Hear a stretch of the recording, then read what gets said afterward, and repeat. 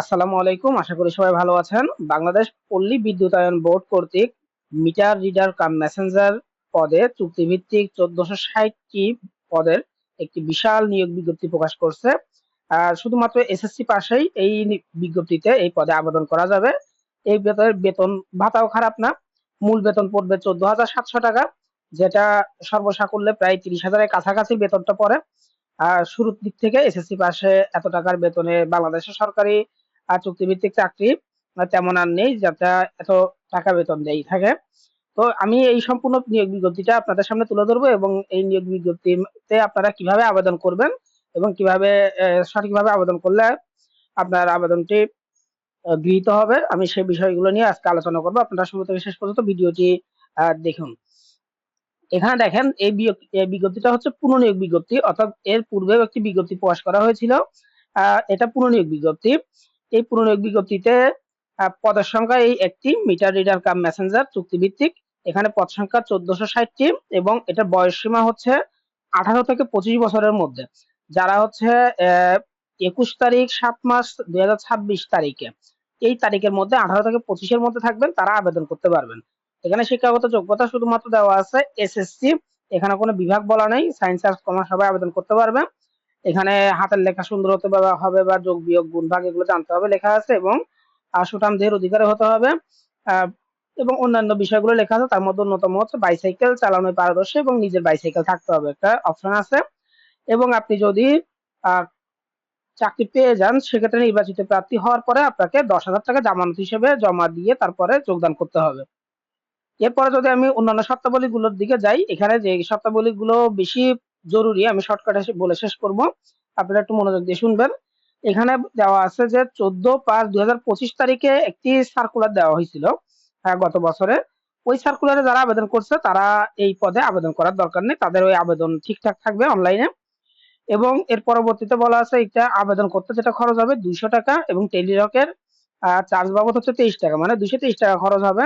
Online আবেদন করতে আপনাকে পেমেন্ট করতে হবে 223 টাকা। এবং আপনার বয়স সীমা সেটা তো আগে বললামই আমি।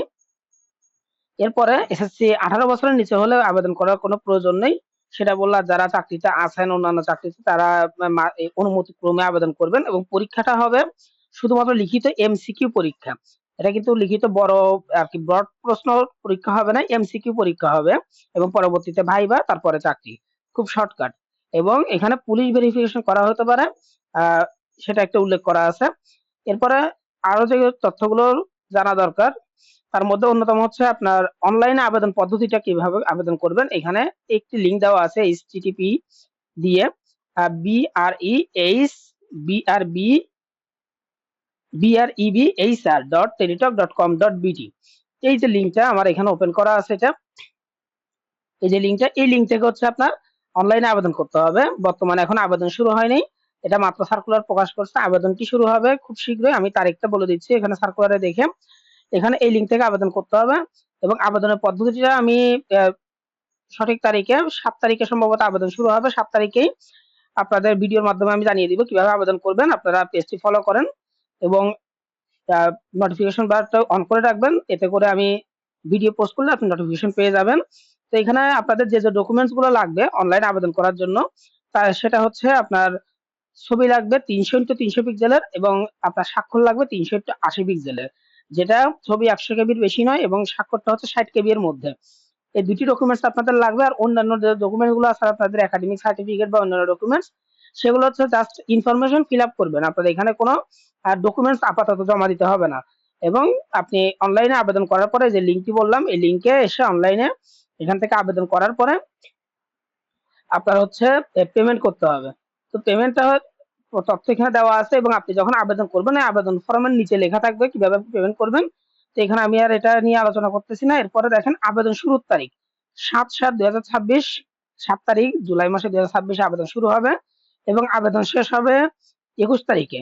মাত্র 14 দিন সময় দেওয়া, 2 সপ্তাহের সময়ের মধ্যে এটা আবেদন করতে হবে। এবং পরবর্তী আবেদন করার পরে পরবর্তী 72 ঘন্টার মধ্যে পরীক্ষা ফি জমা দেওয়া যাবে।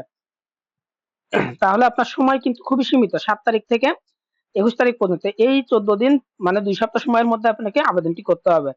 এবং আপনার পেমেন্টটিও পরবর্তী আপনি আবেদন করার পরবর্তী 72 ঘন্টার মধ্যে পেমেন্টটা করতে হবে। তো এই ছিল বিস্তারিত আপনার একটি বড়সড় বিনিয়োগ বিজ্ঞপ্তি বাংলাদেশ পল্লী বিদ্যুতায়ন বোর্ড। এই নিয়োগ বিজ্ঞপ্তিতে যারা আবেদন করতে যাচ্ছেন কিভাবে আবেদন করবেন সেটা যদি না জেনে থাকেন, জানার জন্য আমার এই ভিডিওতে লাইক দিয়ে এবং আমার চ্যানেলটি সাবস্ক্রাইব করে বেল আইকনটি অন করে রাখেন। আমি পরবর্তীতে ভিডিও পোস্ট করলে কিভাবে আবেদন করবেন সেটা নিয়ে আমি ভিডিও পোস্ট করবো, সেটা করলে আপনি নোটিফিকেশন পেয়ে যাবেন। ধন্যবাদ সকলকে।